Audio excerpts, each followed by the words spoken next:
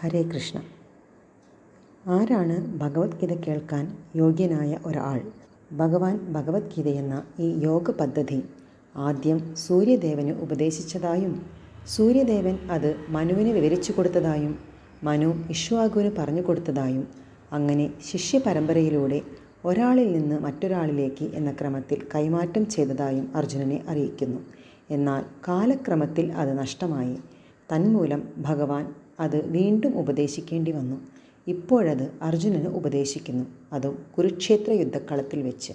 അർജുനൻ തൻ്റെ സുഹൃത്തും ഭക്തനുമായതുകൊണ്ടാണ് ഈ പരമരഹസ്യം താൻ ഉപദേശിക്കുന്നതെന്ന് ഭഗവാൻ പറയുന്നു. അതുകൊണ്ട് അർജുനന് സമാനമായ ഗുണങ്ങളുള്ള ഒരാൾക്കാണ് ഭഗവത്ഗീത നന്നായി ഗ്രഹിക്കാൻ കഴിയുക. ഭഗവാനുമായി നേരിട്ട് ബന്ധമുള്ള ഒരു ഭക്തനായിരിക്കണമെന്ന് സാരം.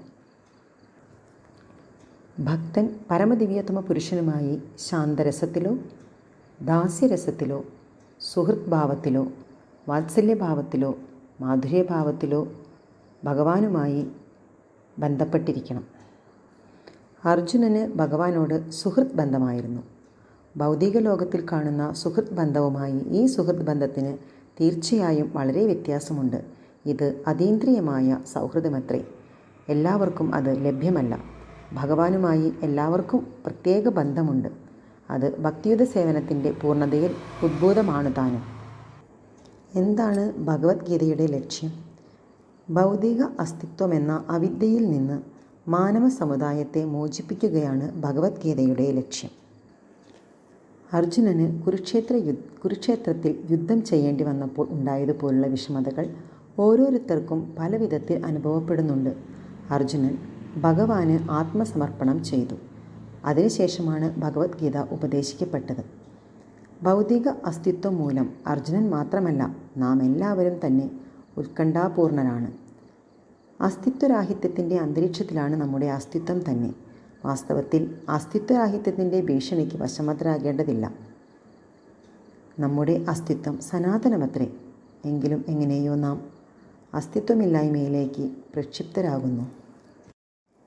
ക്ലേശിക്കുന്ന നിരവധി മനുഷ്യരിൽ കുറച്ചു പേരെങ്കിലും തങ്ങളുടെ സ്ഥിതിയെക്കുറിച്ച്, അതായത് തങ്ങളാരാണ്, എന്തുകൊണ്ട് ഈ മോശമായ നിലയിലെത്തി എന്ന് തുടങ്ങിയവയെക്കുറിച്ച് ശരിക്കും അന്വേഷിക്കുന്നു. തൻ്റെ യാതനകളെക്കുറിച്ച് ചോദ്യം ചെയ്യുന്ന ഒരു നിലയിലേക്ക് ഉയരാത്ത, തനിക്ക് ദുഃഖം വേണ്ട എന്നും എല്ലാ ദുഃഖങ്ങൾക്കും പരിഹാരമാണ് വേണ്ടതെന്നും ബോധ്യമാകാത്ത ഒരാളെ ഒരു പൂർണ്ണ മനുഷ്യനെന്ന് കണക്കാക്കാൻ വയ്യ. ഇപ്രകാരമുള്ള അന്വേഷണം മനസ്സിലുണരുമ്പോഴാണ് മനുഷ്യത്വം തുടങ്ങുന്നത് തന്നെ. ഈ അന്വേഷണത്തെ ബ്രഹ്മജിജ്ഞാസ എന്നാണ് ബ്രഹ്മസൂത്രത്തിൽ വിളിക്കുന്നത്. അഥാതോ ബ്രഹ്മജിജ്ഞാസ. നിരപേക്ഷ തത്വത്തിൻ്റെ സ്വഭാവത്തെക്കുറിച്ച് അന്വേഷിക്കാത്ത മനുഷ്യൻ്റെ എല്ലാ പ്രവൃത്തികളും പരാജയമായി തന്നെ ഗണിക്കാം. അതുകൊണ്ട് തങ്ങൾ എന്തുകൊണ്ട് യാതനകൾ അനുഭവിക്കുന്നുവെന്നും എവിടെ നിന്ന് വന്നുവെന്നും എവിടേക്കാണ് മരണത്തിന് ശേഷം പോവുകയെന്നും അന്വേഷിക്കാൻ തുടങ്ങുന്നവരാണ് ഭഗവത്ഗീത പഠനത്തിനുള്ള ശരിയായ വിദ്യാർത്ഥികൾ.